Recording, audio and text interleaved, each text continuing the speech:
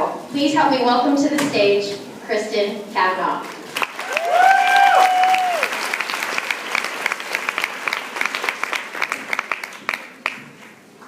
Can't lose my shoe in the beginning. Good afternoon. This afternoon I want to speak with you about progress and possibilities. I believe progress begins with possibilities. The dream of reaching unimaginable new heights and consequently setting the stage for success and making life a little more manageable for those who follow in our footsteps. Progress ends when we become complacent and disengage a little too quickly, satisfied by our own individual successes. Progress ends when we feel that we've come far enough, even though we've not yet reached our final destination. Women in America have made progress, in part thanks to the women in this room, who dared to dream of a meaningful career of service in the United States military. The women who dared to stand on the yellow footprints of Paris Island. The women who boldly faced uncertainty as they integrated the service academies. And the women who continue to lead by example, risking it all, sometimes to the detriment of their career. And we continue to make progress, largely thanks to the women who continue to hold their heads high and stare in the face of racism, sexism, and misogyny. I can tell you, I'm standing here today because I'm proof of our progress. As a point-in-time reference of this moment along our historic journey. A few generations ago, I would have been forced to serve in a segregated military, as integration, specifically the integration of African Americans like myself, was seen as a threat to unit cohesion and readiness. Less than 40 years ago, I would have been denied entry into the United States Naval Academy, as the integration of women was seen as a threat to unit cohesion and readiness. Less than 4 years ago, I would have been discharged for standing on the stage and telling you that I'm a lesbian, as the voluntary service of out lesbians and all members of the LGBT community was seen as a threat to unit cohesion and readiness. Although it's been slow at times, we have made progress.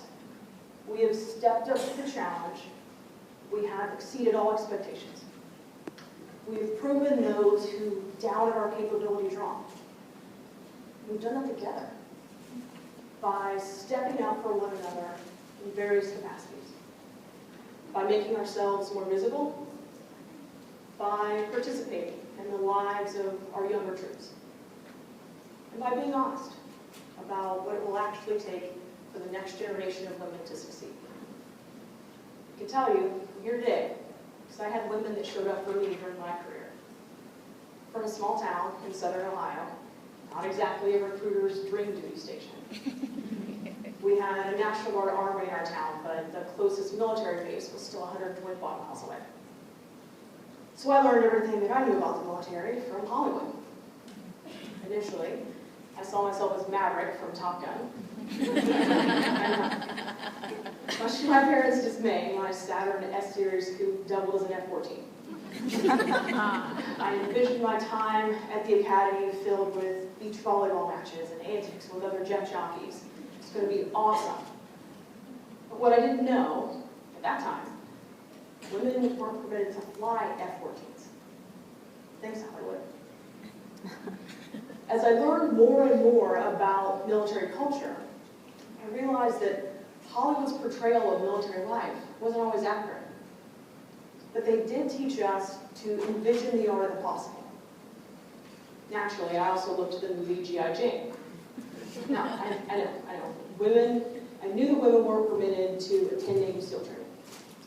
But the movie taught me to envision a time where women attend Navy SEAL training, compete on a level playing field, and are judged based on their merit, not their gender or their sexual orientation. And so I chose to incorporate that vision into my understanding of military culture. And I knew that I wanted to challenge myself to see if I could play a role in that new vision. So I gave up my sash, I laced up my running shoes, and I hit the pavement. My basketball coach doubled as my first drill instructor. She would take me on training runs through the streets of our small town. I was the only one running. She would ride her bike, and I would struggle to try and pace. Even better, she would make me do sit-ups off the edge of her back deck, which I don't think was safe or effective, but I did. That's what we thought G.I. Jane would do. My basketball coach didn't have a military background, but she recognized the challenges that I would face simply because I was a woman. And she did what she thought she had to do to prepare me to live in a world where I constantly had to be at the top of my game in order to succeed. When I arrived in Annapolis for my freshman year, I was assigned to the 26th Company under the leadership of Marine Corps Captain Katie McSheffrey.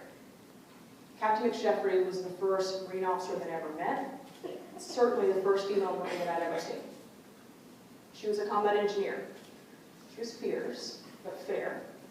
She took a hands-off approach to her leadership style. She entrusted the other members of our company with the majority of the freshman training. And even though she took a hands-off approach to my training, she still had an impact on my development. Captain McSheffrey opened my eyes to the other possibilities in my life. She was my first military possibility model. A possibility model is a person or an idea that opens our minds to the possibilities in our own lives. I'd never considered becoming a Marine Corps officer because I'd never met or seen one that looked like me. But I knew it was a possibility for Katie McSheffrey. It was a possibility for me. We're all possibility models. It doesn't take any extra effort.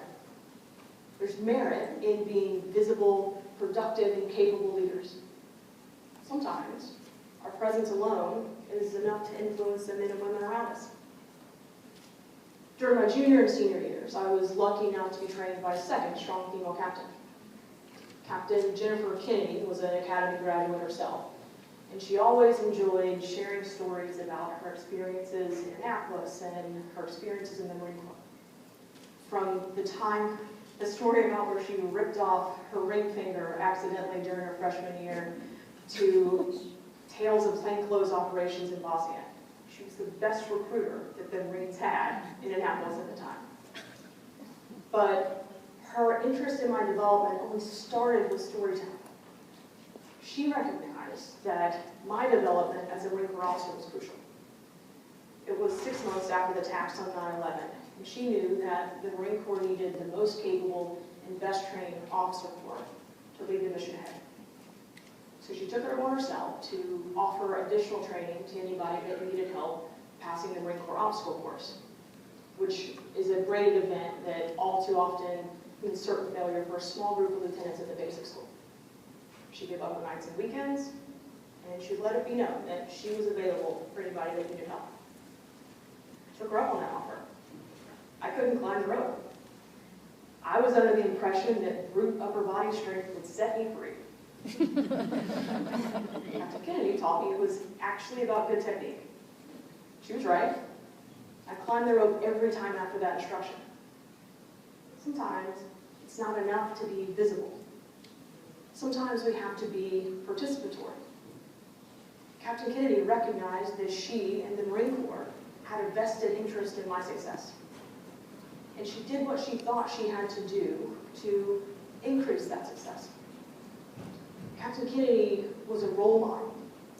She modeled the behaviors that taught me how to be a good leader. We can't abdicate our responsibilities as role models, especially as we ask more and more women to step up and push themselves to new limits. After graduation, I recognized just how lucky I was to have been trained by 2 strong female captains. As I entered my time in the Marine Operating Forces, I realized not every unit had female officers or senior enlisted.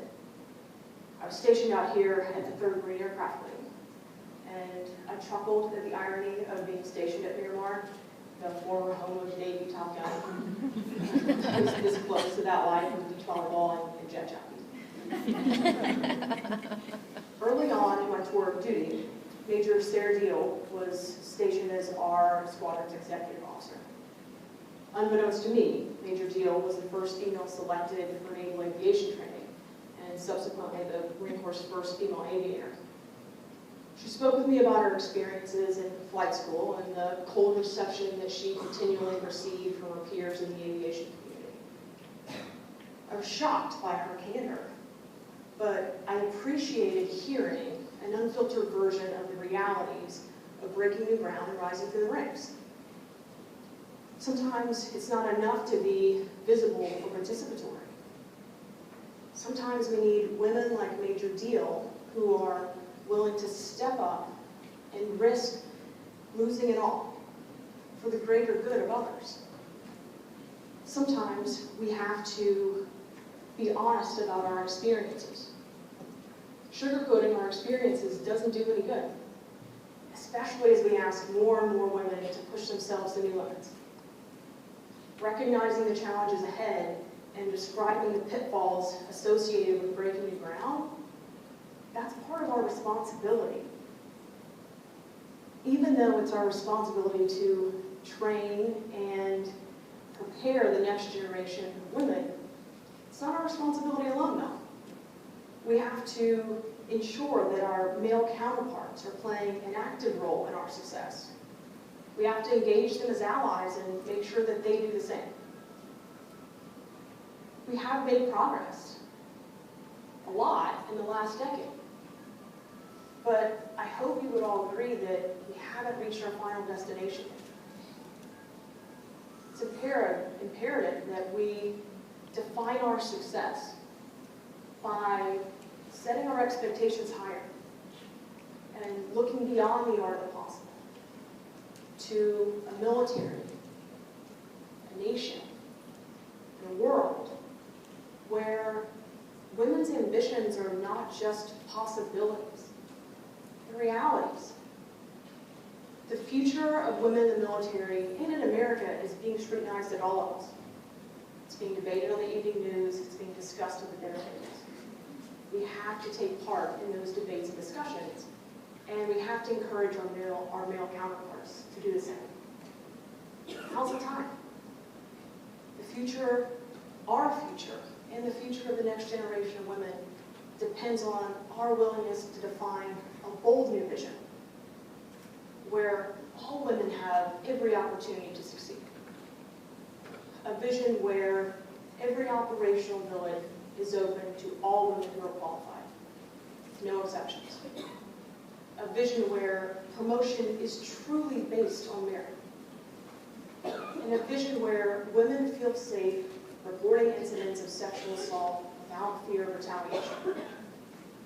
Now's the time for our expert opinions to be heard and our voices to be heard. So I ask you, what's your vision for the next generation? How will you choose to show up? Will you be visible, like Captain McSheffrey, recognizing that your presence alone has the power to influence the men and women around you? Will you be participatory, like Captain Kennedy? Recognize that you have a vested interest in their long-term success. Take them on training runs. Teach them how to do pull-ups. Give up time out of your nights and weekends. We'll all be better off for it. Or will you take a risk for the greater good, like Major Deal? Stepping up in the face of uncertainty and willingly accepting the consequences of your success or failure. I know that's a big ask, but history is on our side. We've proven that we can step up to new challenges and exceed all expectations. This is just another opportunity to do that. We've come a long way. We're not there yet.